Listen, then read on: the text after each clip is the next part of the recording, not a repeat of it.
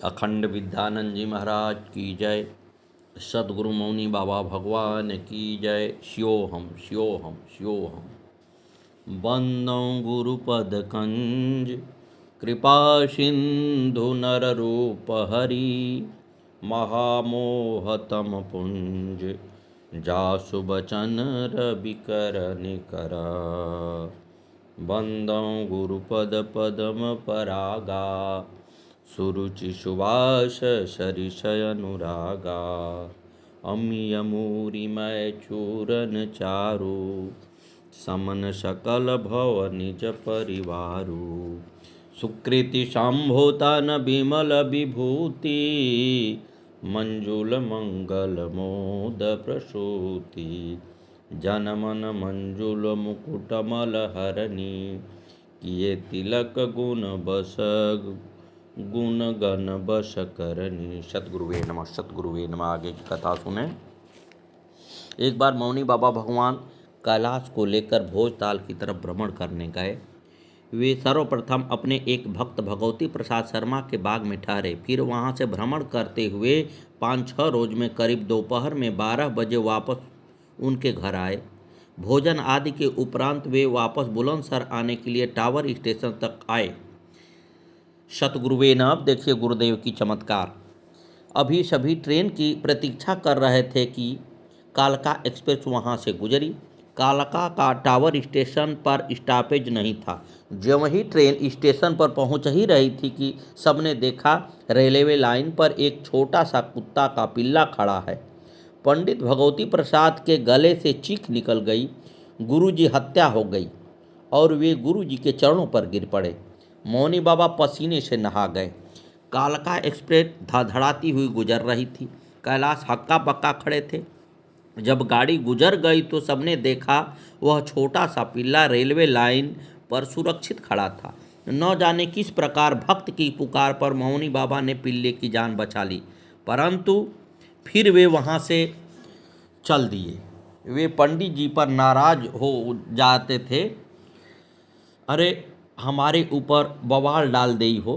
कैलाश का खरीदा हुआ रेल का टिकट पड़ा ही रह गया और फिर उस दिन मौनी बाबा बस से बुलंदशहर पहुँचे। मौनी बाबा की ऐसी अद्भुत लीला साईं समर्थ स्वामी की लीला है। वे ऐसा कैसे कर लेते थे कोई क्या जाने, पर उनकी असाधारण शक्तियाँ उनके परमात्मिक स्वरूप को इंगित करती हैं। जो भगवान हैं वे ही इस भेद को जानते हैं। भक्त की पुकार पर जान अपनी वार दे, प्यारे साईं मौनी बाबा पिल्ले को भी प्राण दे। बराल के एक देवीलाल मास्टर जी मौनी बाबा के भक्त थे। उनके यहाँ एक रेशमपाल नामक धोबी का लड़का आया करता था। वह किसी किसी दिन सुबह सुबह उनके यहाँ पहुँचता और घोषणा करता कि आज तो बाबा आ रहे हैं। घर वाले आंगन वगैरह लीप कर प्रतीक्षा करते। मौनी बाबा भी उस दिन वहाँ पहुँच जाते। एक दिन अचानक बाबा बोले, अरे हम ना जाई हो बराल, अब की वो लड़का फिर कहेगा कि बाबा आ रहे हैं। कैसे जांच पड़ी कि मन से बुलाया है कि नहीं। अगर कोई हमें मन से याद करे तो हम तुरंत पहुँच जाई। फिर रुक न पाई और मौनी बाबा नहीं गए। वे फिर पूरे 1 महीने तक बराल गए ही नहीं। फिर एक दिन वे बराल पहुँचे तो आंगन लीपा हुआ न था, सब ऐसे ही पड़ा था। मौनी बाबा ने पूछा, अरे आज धोबी का लड़का न बताई हो। अहंकार वे किसी के भीतर नहीं रहने देते थे। यह लगभग सन 1960-62 की बात है। अकाल पड़ा था, अन्न की कमी हो गई और चारों ओर भूखमरी फैल गई। मौनी बाबा उन दिनों भोजताल पर रहा करते थे। ऐसे में कभी कभी बाबा हिरन का रूप बनाकर कुछ घास पत्ते चरकर अपनी उदर की पूर्ति करते थे। एक दिन वे कुछ झाड़ियों के पीछे घास चर रहे थे कि एक मुसलमान शिकारी ने उन्हें देखा। उसने अपनी बंदूक से निशाना तक कर जो गोली चलाई तो वह हिरन के टखने में लगी। हिरन भाग चला, पीछे पीछे शिकारी भी दौड़ा। थोड़ी दूर पर शिकारी को एक महात्मा बैठे दिखाई दिए। वह मौनी बाबा से पूछने लगा कि बाबा तुमने देखा क्या कि हिरन किधर गया। बाबा बोले, अरे हम ना जाने। शिकारी ने जब तक महात्मा जी के पैर से खून बहता देखा, वह पूछने लगा, बाबा ये खून कैसे, तुम्हें चोट लगी है क्या। शिकारी ने देखा तो बाबा के टखने में गोली धंसी थी। वह समझ गया कि जिसे हिरण जानकर उसने गोली चलाई वो तो सिद्ध पुरुष है। वह उनके पैरों पर पड़ गया और क्षमा मांगने लगा। बाबा तो उसे पहले ही क्षमा कर चुके थे। उन्होंने उसे धीरज बधाया और कहा कि ये बात किसी को न बताई हो। उस शिकारी ने उस दिन जो वह बंदूक फेंकी तो फिर कभी नहीं उठाई। इस घटना के उपरांत उसने जीवन पर्यंत फिर किसी पर गोली नहीं चलाई। गुरुदेव मौनी बाबा भगवान ने एक बार स्वयं अपने एक भक्त को बताया था कि एक मुसलमान हिरणों का शिकार करता था जहां मौनी बाबा रहा करते थे। वहां उन दिनों एक हिरण चरने आया था। मौनी बाबा भगवान बोले, अरे उस हिरण की जान बचाने को हम हिरण बने। महात्मा को गोली लगी देखकर उस शिकारी ने शिकार करना छोड़ दिया और इस तरह अनेकों जीवों के प्राणों की रक्षा हुई। अब यह मुसलमान शिकारी कौन था और कहाँ का था, इस विषय में थोड़ा मतभेद है। कैलाश के अनुसार यह सुदेशपुर का था। खैरपुल के होतीलाल ने बताया कि एक दिन गांव में के बाहर पेड़ की छांव में एक वृद्ध मुसलमान बैठे थे। उनकी लंबी सफ़ेद दाढ़ी थी। वे होतीलाल से पूछने लगे कि मौनी बाबा से इस समय कहाँ मुलाकात हो सकती है। उन्होंने ही होतीलाल को बताया, मैं ही वह शिकारी हूँ जिसने बाबा को हिरण के रूप में गोली मारी थी। तब से मैं शिकार नहीं करता। होतीलाल कहते हैं कि उन्होंने अपना गांव भटौला बताया था। गजानंद स्वामी बाबा गजाधर ने बताया कि वे जब बालक थे तब एक बार वे मौनी बाबा के पास सुल्तानपुर कुटी पर आए थे। उस दिन ईद का पर्व था और कुरारे के एक मुसलमान भक्त मौनी बाबा के लिए भोजन का टिफिन लेकर आए थे। उनकी उम्र रही होगी लगभग 60-70 वर्ष। वे उनसे पूछने लगे कि आप तो मुसलमान हैं, आप मौनी बाबा के भक्त कैसे हुए। तब उन्होंने बताया कि वे एक शिकारी थे और एक बार उन्होंने एक हिरण को गोली मारी थी। वह हिरण भागा और वे उनके पीछे भागे। आगे जाकर उन्हें एक महात्मा बैठे दिखाई दिए। उनके टखने में गोली लगी थी। वे समझ गए कि जिसको इन्होंने हिरण समझा वो सिद्ध महात्मा थे। इन्हें बहुत पछतावा हुआ और इन महात्मा जी की दया से इनका मन शिकार इत्यादि से अलग हो गया। अब वे मौनी बाबा के भक्त हो गए और फिर कभी इन्होंने शिकार नहीं किया। यह मार्च 2013 की घटना है। मौनी बाबा उस समय ब्रह्मलीन हो चुके थे। कैलाश की 2 वर्षीय पोती छत से नीचे गिर पड़ी। गिरने की आवाज़ सुनकर सभी भागे। वहां पहुंचे तो देखा कि वह तो धरती पर बैठी हंस रही थी। जब पूछा तो तुझे चोट कहीं नहीं लगी है, तो वह बोली, मैं तो बाबा के गोद में थी, चोट ना लगी। एक अन्य घटना का जिक्र करते हुए कैलाश भाई कहते हैं कि एक बार मौनी बाबा सूरजपुर क्षेत्र की तरफ गए। साथ में कुछ भक्त भी थे। सिब्बन पंडित जी थे, कैलाश भी थे। रास्ते में भूड़ा जंगल ठेक की रतीली जमीन पर गुम्मा लगी थी।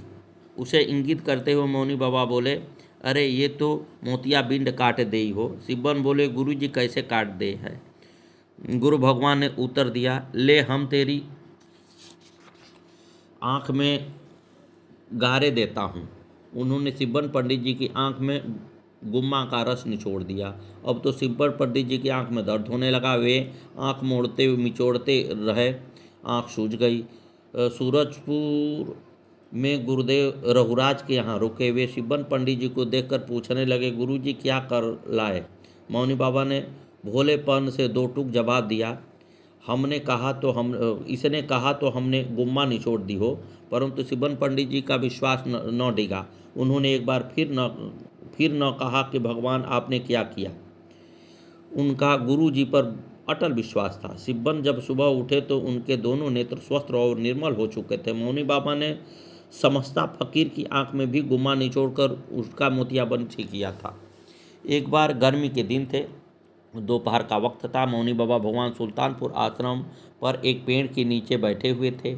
उनके चरणों के आसपास कुछ भक्त बैठे थे जो उनकी शरण की शीतलता का आनंद पूर्वक अनुभव करते हुए दुनिया भुलाए वहां उनके मुख कमल को निहार रहे थे। इतने में एक भेड़ चराने वाला पानी देखकर आश्रम पर आया। उसने नल पर हाथ पैर धोया, पानी पिया, फिर अपने पात्र में जल भर लिया। वह फिर मंदिर की ओर देखने लगा। फिर उन्होंने पेड़ के नीचे बैठे हुए गुरुदेव भगवान को देखा। वह 2 मिनट तक गुरुजी मौनी बाबा को अपलक देखता रह गया। फिर उसने जल का पात्र वहीं छोड़ा और सीधे चबूतरे पर आकर गुरु भगवान मौनी बाबा के चरणों में साष्टांग दंडवत किया। फिर वह उठा और हाथ जोड़कर बोला, गुरुजी गुरु मंत्र दे दो। मौनी बाबा भगवान बोले, हाँ ले ही हो गुरु मंत्र, और उसे तुरंत गुरु दीक्षा दे दी। वह अभीष्ट पाकर चला गया।